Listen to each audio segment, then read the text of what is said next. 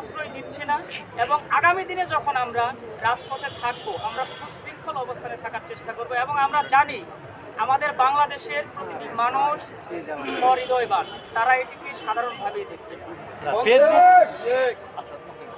মন্ত্রণালয় যে আপনারা বসেছেন, আপনারা কলেজ থেকে বিশ্ববিদ্যালয় হতে যাচ্ছে, আপনাদের সপক্ষে আপনারা কি কি যুক্তি সেখানে উপস্থাপন করেছেন, সেই যুক্তির প্রেক্ষিতে ওনারা কি জবাব দিচ্ছেন একটু আমাদেরকে জানান।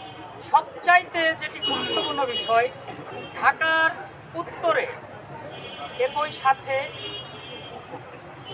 এমন একটি বিশ্ববিদ্যালয় নেই যেখানে সবাই পড়াশোনা করতে পারবে। একই সাথে ঢাকার দক্ষিণে যদি লক্ষ্য করি দুটি বিশ্ববিদ্যালয় রয়েছে।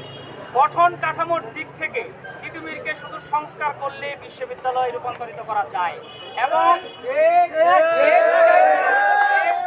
কম জায়গা নিয়ে আমরা দেখছি সারা বাংলাদেশে বিশ্ববিদ্যালয় স্থাপন হয়েছে এবং আমাদের পরিবহন সেবা থেকে শুরু করে ছাত্রছাত্রীদের অবস্থান থেকে শুরু করে আমরা দক্ষিণ এশিয়ার সবচেয়ে সচল একটি কলেজে এখন রয়েছে। এটা বিশ্ববিদ্যালয় তারা করার পক্ষে যৌক্তিকতা যখন চেয়েছেন আমরা এগুলো উত্থাপন করেছি।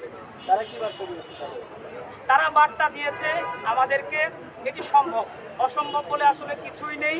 যদি তিতুমিরের শিক্ষার্থীরা চায় এবং তাদের কমিটি এসে যখন পর্যবেক্ষণ করবে, তারা যদি দেখে যে স্বচক্ষে দেখার পর যদি মনে হয় বিশ্ববিদ্যালয় করার মতো আসলেই এটির যৌক্তিক, তাহলে তারা বিশ্ববিদ্যালয় পথে হাঁটবে।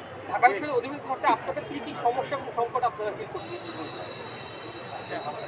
এটার আমরা যদি যৌক্তিকতার দিকে লক্ষ্য করি, আমরা আসলে তীর ছুঁড়ে দিতে চাচ্ছি না।